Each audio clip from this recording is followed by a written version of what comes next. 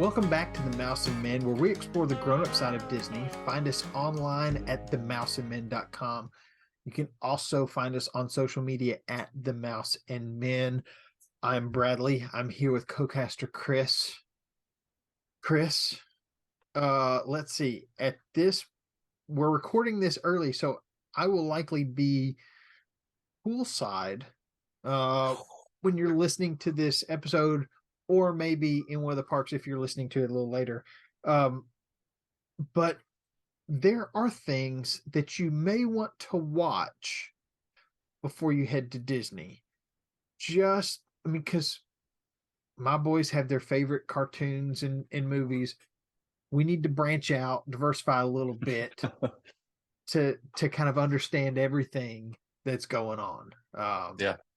And your kids are a little bit older, so if you're going down there, what you're watching is going to be very different from maybe what we're watching in our house. Yeah. Good to see you again, buddy. I think this is a great idea because we have access to Disney Plus, or if you are really old school, you probably have access to a bunch of old VHSs, those padded old Disney VHSs that we used to get back in the day that you can pull out just to get the excitement. So for me, my thought through what to watch leading up to a vacation, which as you're listening to this, you are at Disney. So, hey, congrats. You finally made it. Welcome. Hope you're having a good time. But for all of us non at the parks people, I would recommend kind of falling into a few different categories. One is to inform and to educate and entertain. So that's kind of how I kind of conceptualize what to watch before heading down there. Yeah. What about you? Do you want to dive in and hit those some of those criteria, or do you have a way of dividing it up today? No, so I've got a long list, and where I'm going to start is we know we're staying in Port Orleans, Cool. and this is a moderate hotel. So if you're not familiar with things, there are basically 3 levels of resorts on Disney property at Walt Disney World. Value resorts, which are going to have heavier Disney theming. So more characters in the rooms, around the facilities. A lot of times the pools are more kiddish, like brighter colors kind of things. Then you've got your moderates that still have pretty distinct characters around. And then you've got deluxe, which feels less charactery, more upscale, but there are still characters all around. You may just have to look for them a little more. And not to say that those hotels don't have great pools for kids, because Yacht and Beach Club, where Chris is and his family has stayed, has a fantastic I believe it's sand bottom pool. At least one of them is. Where we're staying at Port Orleans, we're staying Riverside, but on the other side, French Quarter has a fantastic pool with like a dragon, and it's kind of Mardi Gras kind of feel. Cool. And it's a great pool for kids at a moderate resort. So all that to say, at Port Orleans, where we're staying, it's Princess and the Frog themed. So we're watching Princess and the Frog, just to get the boys used to those characters. My wife pointed out, hey, see those buildings in the back? That's what our hotel's going to look like. So depending on where you're staying, if you're staying at Art of Animation in a Cars themed room, you better be watching Cars. If in our house, that happens daily. All-star movies. I mean, there's lots of different things. There's, you're into Little Mermaid. There are Little Mermaid themed rooms on property. There are Star Wars themes rooms, so you can watch. I don't even want to imagine having to watch all that, but you'll catch up here in the next couple months. Yes, starting next week, that is what I am doing. It's any free time is going to be spent in Star Wars, just doing all that. So that's where I'm starting, Princess and the Frog, because that's what our room theme is. I think that's so smart, and that would kind of fall into the category I kind of conceptualize as it's kind of entertaining, absolutely, because all so much of Disney uh, media is, but also informing. Like, hey, let's be informed of what it's like by watching Princess and the Frog. Yeah. Re relatively recently to going down there, so that way when we were there, we're like, "Oh, look, it's just like the movie, isn't that cool?" And I think that that would fall under a similar thing to if you Disney has made so many of their rides, their attractions into movies, or they've had movies and turned them into attractions. And so, if there is a case for those as well, there are several out there from Haunted Mansion to Swiss Family Robinson to even like conceptually Meet the Robinsons kind of looks like Tomorrowland Yeah. in its artistic way, but something like Jungle Cruise. You know, watch The Rock and in the Jungle Cruise, so that when you get to the Jungle Cruise now, you can be like, oh, we're here. Are we going to see The Rock? Are we going to, his character and all that? And so, kind of informing our minds as to what we're going to be experiencing when we're down there. Let's watch let's watch Jungle Cruise so that we can enjoy Jungle Cruise, the ride, that much more. Or Yeah. for like you all, Princess and the Frog is ideal. I remember we did stay I think it was Art of Animation, and it was heavily Cars themed when my son was younger, and he just loved that everywhere he looked there was a new Cars character that he could be like, oh, there's Mater or there's Lightning McQueen. So Yeah. yeah, I think it's great to just entertain yourself by those things to get you really excited for once you're there. Yeah. And um I agree. Watching movies that have connections to attractions is a good place to go. And um, if it, if I weren't prompting my kids to watch something else, it would be all Cars all the time. That maybe some Bluey sprinkled in there, but it's Cars 1, Cars 2, Cars 3, Cars on the Road, Mater and the Ghost Light, uh, um, all those Mater shorts, all of it. Mm-hmm. But then I started thinking, okay, do my kids need to watch Peter Pan? And somebody made this comment on a different podcast that if you don't know the story of Peter Pan, you can hop on that ride and kind of understand what's going Yeah, on. totally. So Peter Pan's not on my list. Winnie the Pooh is. And the reason that I have Winnie the Pooh and not Peter Pan, like some people may say, you can ride Winnie the Pooh and get a feel for the story. My argument would be each of the characters is kind of a caricature. Mm. And so those personality, there's a lot more difference in personalities between those characters, and that helps you understand the ride better. Yeah. So that's where I'm going. Maybe, and I'll kind of throw this in there, a ride like the magic carpets of Aladdin's magic carpets. Mm-hmm. All you're doing is hopping in a ride, going in a circle, and someone can control how high you go. Yeah. There's no story to that.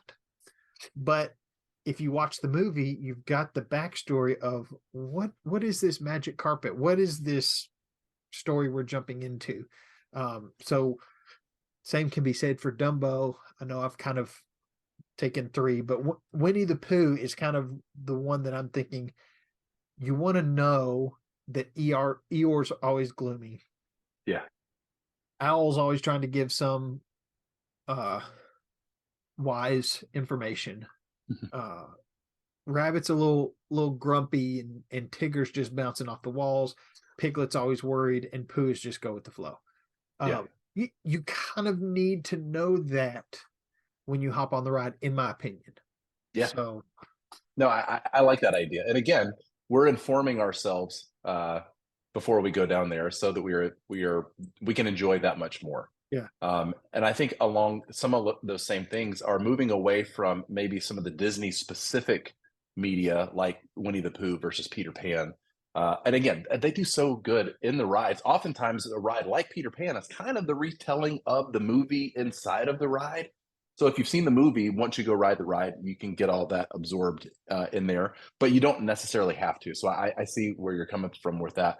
But also going over somewhere like YouTube, and to say to yourself, okay, I've never been to Port Orleans. I want to see what that's going to be like. I want to see where to go check in because by the time we get there, we're going to drive there. The kids will be antsy. We need to make sure that we go to the right area to check in versus, parking so far away. So maybe watching a video review. Uh-oh. Yeah, you're good. You blipped for a second, but you're back. Cool. Okay.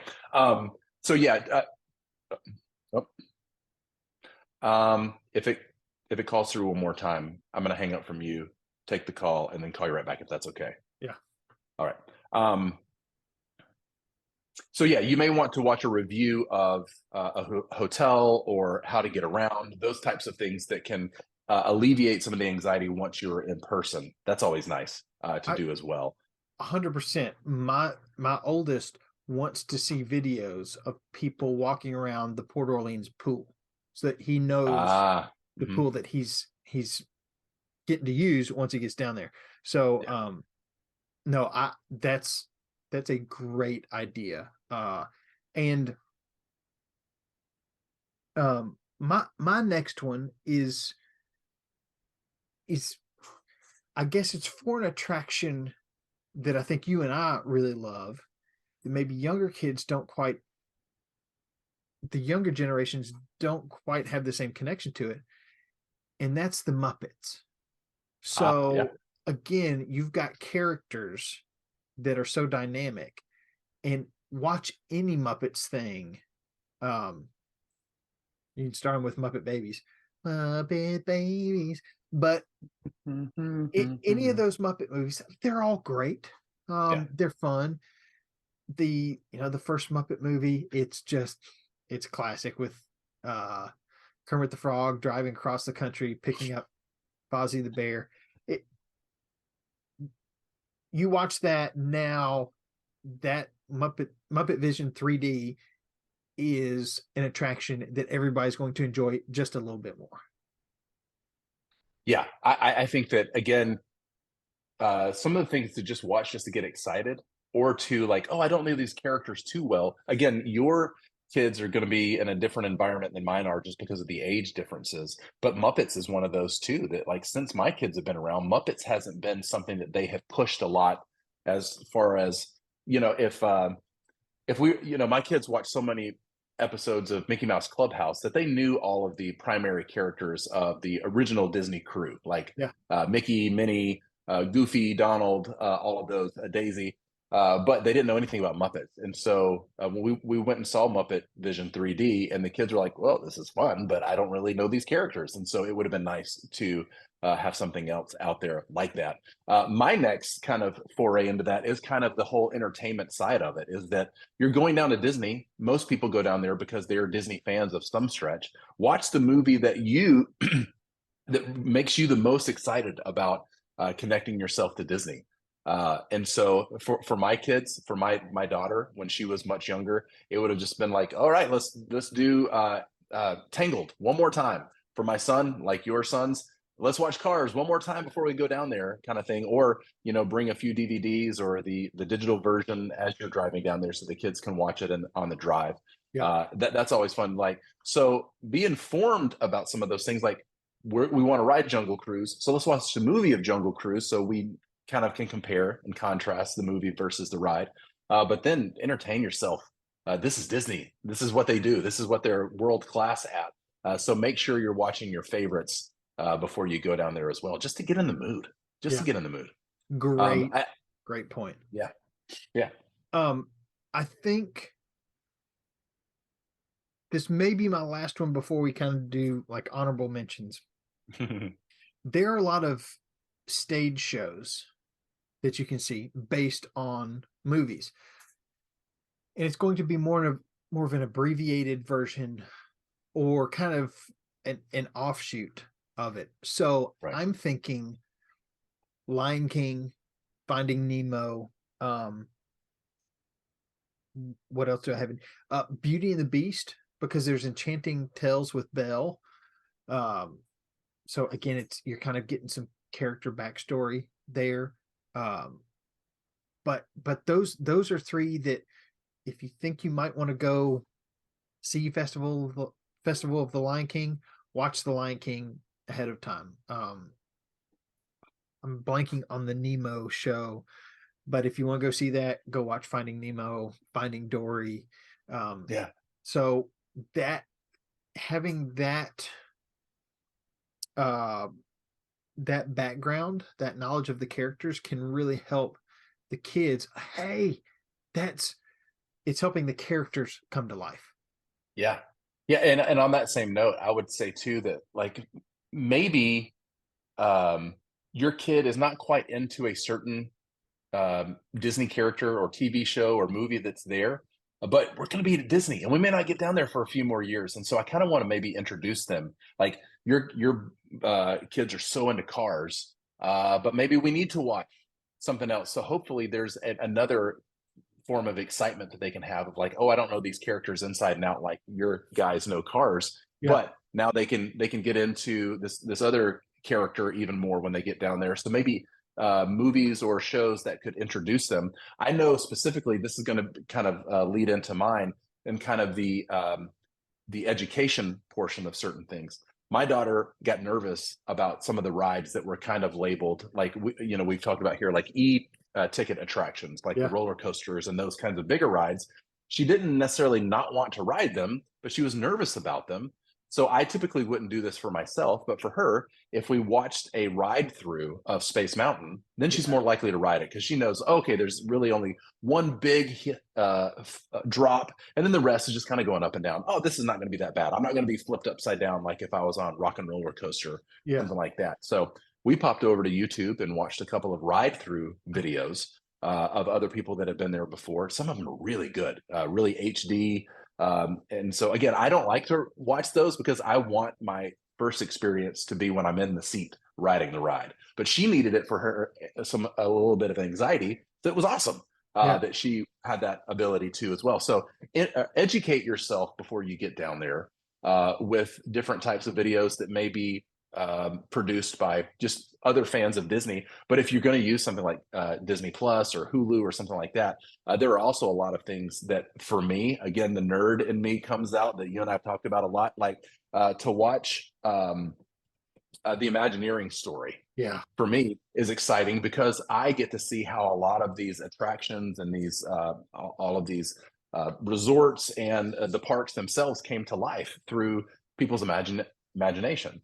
And Yeah. so watching something like that, I know that you have mentioned a few of those as well, but like get excited about the behind the scenes stuff and not just exactly what you see, but maybe a documentary like Waking Sleeping Beauty that talks about how that movie came to light would make me appreciate when I go down there and see Sleeping Beauty in person that much more. So Yeah. the education portion of it too, of like just learning more about how this amazing place became what it is.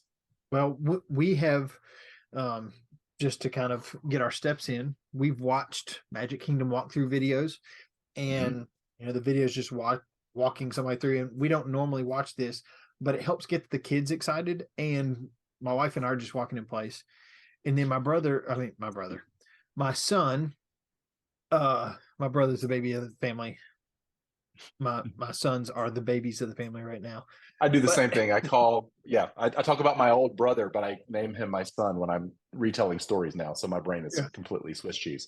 so my son saw a sign. It's like, ooh, what's that? Oh, that's Pirates of the Caribbean. We pull up a Pirates of the Caribbean ride through, and we sit on the couch. I said, do you want to sit in the front or the back? He said, I want to sit in the front. So we sit on the Oh, edge of the couch, and as we go up, I lean him back. As we go down, I lean forward and side to side. So he kind of gets the idea of what a roller coaster is, oh, that's awesome. and we'll see how he handles it when we get down there. Some other things that I had, like my kids aren't ready for Pirates of the Caribbean, but maybe Jake and the Neverland Pirates, which I think is a Mm-hmm. Disney Junior thing. Um, Toy Story, uh, because there's Toy Story Land. There's a lot of Toy Story rides. Monsters Inc. for Monsters Inc. laugh floor. Ratatouille if you're going into Epcot. There's a lot of Frozen stuff. So watch Frozen. My wife's going to show my son's Frozen. I don't want to just because I don't think the storyline's all that great. And keeping it pure. Yeah. But those are kind of some of my maybe Up, because you've got Kevin the bird walking through. So yeah, those are kind of some of my honorable mentions. What about you? Yeah, going through some of those. I mean, really, if I opened up Disney Plus, basically just closed my eyes and clicked on anything, I would be to a degree entertaining, educating, informing myself of going down there, because Disney does such a great job of offering these in-person experiences at Disney World. Yeah. And then having some sort of infotainment education kind of documentary, or just a straight up enjoyable entertaining movie or series that you can watch, that some kind of tie-in down there. So you can kind of just like close your eyes and point to anything and it would work. Because again, I would love to go through some of the Pixar stuff, just to enjoy that much more, because I love watching those anyway. But then that will make me that much more excited when I'm down there. But I like a lot of the documentary stuff. So again, maybe not for your kids because it's an age appropriate thing, but I would like to share my love with my kids now in their middle to late teen years now. I would like to share my love for like Imagineering, or how Walt brought Disney and then Disneyland and all that, how he brought all that. I want them to see it kind of through my eyes. And so I would be watching a lot of that as well. But everything from for my kids, I know that we would all watch Avatar, so we all know the story well. And that's on Disney Plus these days as well. But yeah, things like behind the attractions, for me and my kids would be another one of those. That would be a high priority for me, because when we go and ride the Haunted Mansion, that's cool. But to see what's going on behind the scenes, I think would be, again, at my kids' age and how I am, I like to see those kind of how the sausage is made, so to speak. Let's check all this out. So it kind of enhances the magic rather than takes it away to see how that is. And somehow that's different for me than like a ride through of the Haunted Mansion. I don't want to see that because I want to experience that naturally, but I wouldn't mind watching and seeing how the whole thing was built before I got down there, so I can appreciate it that much more. Yeah, 100%. So I love what you said just a minute ago too about kind of watching what made you fall in love with Disney, or even if you're not in love with Disney, you're going down there.